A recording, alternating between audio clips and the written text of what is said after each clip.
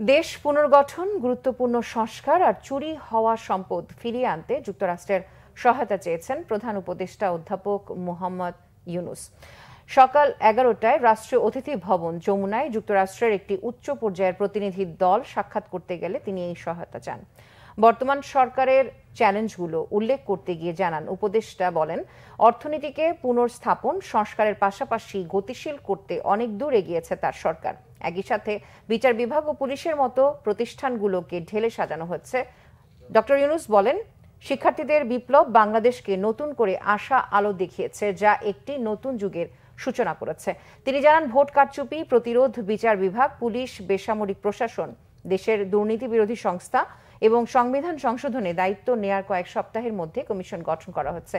গেল স্বৈরাচারী শাসনে জড়িত দুর্নীতিবাজ ব্যক্তিদের চুরি করা সম্পদ ফেরত আনতে বর্তমান সরকার প্রতিশ্রুতিবদ্ধ বলে জানান তিনি। এই প্রসঙ্গে প্রধান উপদেষ্টা ডক্টর মোহাম্মদ ইউনূস বলেন, বাংলাদেশ দুর্নীতির সাগরে নিমজ্জিত ছিল।